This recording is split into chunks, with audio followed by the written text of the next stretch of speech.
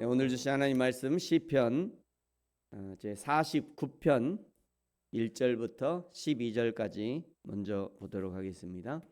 지금 읽는 것은 1절부터 3절까지 함께 읽겠습니다. 우리 1절부터 3절까지 한 목소리로 같이 읽겠습니다. 시작.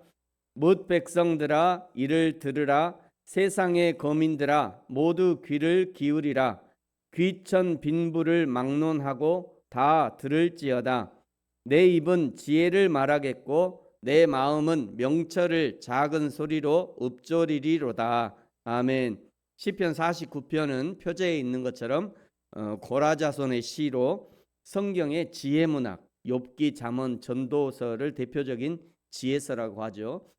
그 지혜서와 비슷한 성격을 강하게 띠고 있는 지혜시입니다. 지혜문학이란 또 지혜시란 무엇이냐? 천하 만물에서 하나님을 발견하고 또 세상의 그 삶 가운데 하나님의 진리를 발견해내는, 그래서 하나님을 인정할 수밖에 없는, 하나님을 인정하도록 권면하는 문학이 지혜문학이고, 그런 시가 지혜시입니다. 오늘 49편은 이 세상의 부요함과 권력이 가진 한계를 폭로하면서 인간의 궁극적인 구원은 오직 하나님의 주권적인 대속으로만 가능하다는 진리를 선포합니다. 먼저 시인은 1절에서 뭇 백성들아 세상의 거민들아, 2절에서는 귀천 빈부를 막론하다 하고 다 들으라 라고 부르고 있죠. 3절에 지금부터 내 입이 지혜를 말하겠고 내 마음의 명철을 작은 소리로 읊조릴 테니 들으라 라는 거죠. 귀를 기울이라는 것입니다. 여기 읊조린다 라고 하는 단어가 히브리어 원어로는 하가라는 단어인데요. 이 하가라는 것은 어떤 의미냐? 첫 번째는 지속적인 되새김을 의미합니다. 반추동물에 속하는 기린, 사슴, 소, 양, 낙타 이런 동물들이 먹은 음식을 1차로 저장했다가 다시 꺼내서 반추하잖아요. 다시 개어내서 더 잘게 씹어서 소화되도록 하는 것을 반추라고 하는데, 여기 하가란 하나님의 말씀을 영혼 속에서 끊임없이 소화하고 되새기는 영적 반추를 의미합니다. 두 번째는요, 지성적 심정적 연합을 의미하는 거예요. 큰 소리로 외치는 것은 타인에게 전달하는 웅변적 성격이 강하지만 낮은 소리로 읊조린다는 것은 아주 가까이서 내 속에 속마음을 다 내어놓는 거죠. 내 신비에, 내 마음에, 내 신비에 하나님의 지혜를 새기는 과정을 의미합니다. 읊조린다는 것은 낮은 목소리로 수십 번 되새김질을 하고 수백 번 반복해서 마음에 새기는 과정을 의미하는 거죠.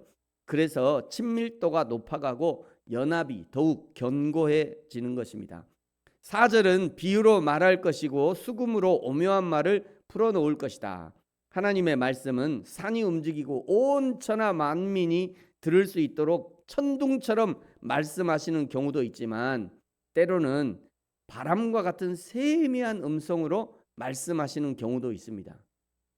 천둥과 같이 말씀하셔도 그 소리를 들을 수 있어야 하고요, 스치는 바람과 같이 말씀하셔도 그 소리를 들을 수 있어야 합니다. 그것이 성도의 실력이고 그것이 영성이라고 하는 거죠. 5절은요, 이제 본격적으로 자신의 말을 풀어놓기 전에 먼저 자신이 두려워할 필요가 전혀 없다고 선언해 버립니다.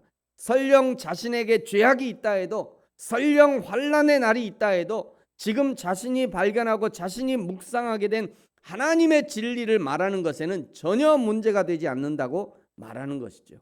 6절부터가 시인이 말하고 싶은 본론이죠. 6절에 자기의 재물을 의지하고 부유함을 자랑하는 자는, 7절, 아무도 자기의 형제를 구원하지 못하며 그를 위한 속전을 하나님께 바치지 못할 것은, 자신의 재물로 자신을 죽음에서 건지지 못할 뿐 아니라 다른 사람을 죽음에서 건져낼 수 있는 사람은 세상에 아무도 없습니다. 설령 그 사람이 자기의 형제라 해도 역시 마찬가지고, 설령 그 사람이 자신의 자녀라 해도, 자신의 부모라 해도 재물을 가지고 죽음을 해결할 사람은 아무도 없다는 거예요. 아무도 죽음에 이를 수밖에 없는 자기의 책임을 전가할 수 없으며, 또한 다른 사람의 책임을 대신할 수도 없다는 거예요. 이게 무슨 말씀이에요? 하나님 앞에서 자신의 죄는 자신 외에는 아무도 대신할 수 없다는 것입니다.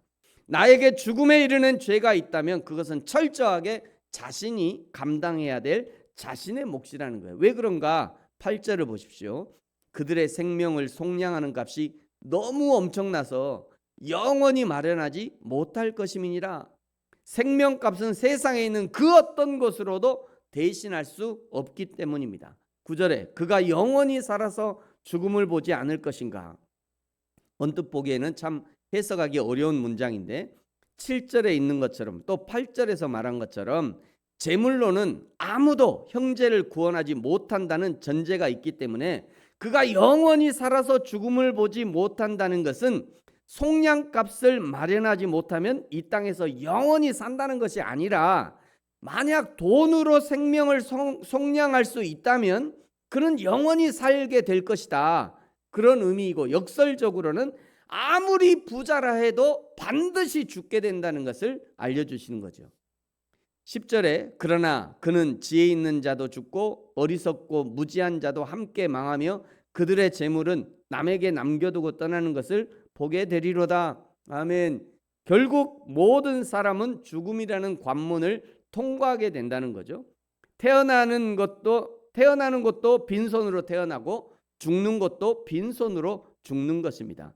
그럼에도 부자들은 어떻게 생각하느냐? 11절에 보니까요. 그러나 그들의 속 생각에 그들의 집은 영원히 있고 그들의 거처는 대대에 이르리라 하여 그들의 토지를 자기 이름으로 부르도다.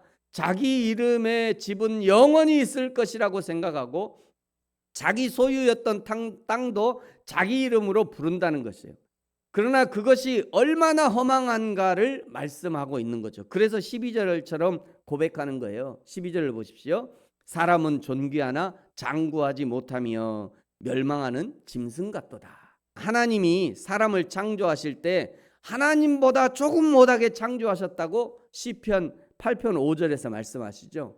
하나님보다 조금 못하지만 너무도 거룩한, 너무도 지혜로운, 능력이 충만한 존재로 만드셨다는 것입니다.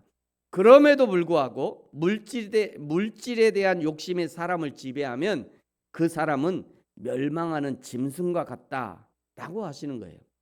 자기 물질로 자기 형제까지도 구원할 수 있다고 생각한다면 그것이 바로 짐승보다 못한 생각이라는 것입니다.